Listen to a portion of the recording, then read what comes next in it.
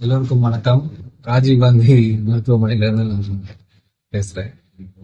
ஆம், முதல்ல இன்னைக்கு உங்களுடைய இளம் தலைவர் ராகுல் காந்தி அவர்கள் இந்தியா முழுக்க ஒரு முக்கியமான ஒரு பிரச்சனையை ஆதாரங்களோடு எடுத்து சொல்லியிருக்காரு. அது பாஜக எப்படி ஓட் திருட்டு பண்றாங்க அப்படின்ற ஒரு விஷயத்தை பல இடங்கள்ல அவர் எடுத்து சொல்லியிருக்காரு. பெங்களூர்ல மகதேவ்புரன்ற ஒரு கான்ஸ்டன்ஸ்ல மட்டும் நடந்ததை இந்தியாவுக்கு எடுத்து சொன்னாங்க. அதன்படி இன்னைக்கு எல்லா இடத்துலயுமே ஓட்டர் லிஸ்ட்ல இருக்கிற பிரச்சனைகள் வெளியே வந்துட்டு இருக்கு.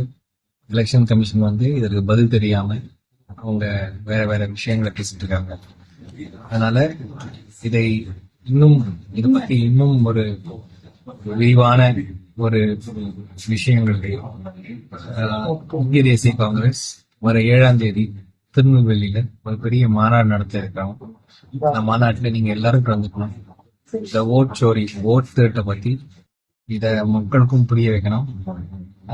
பாஜக தொடர்ந்து எலெக்ஷன் எப்படி ஜெயிக்கிறாங்க என்பதற்கு இதுதான் ஒரு காரணம்.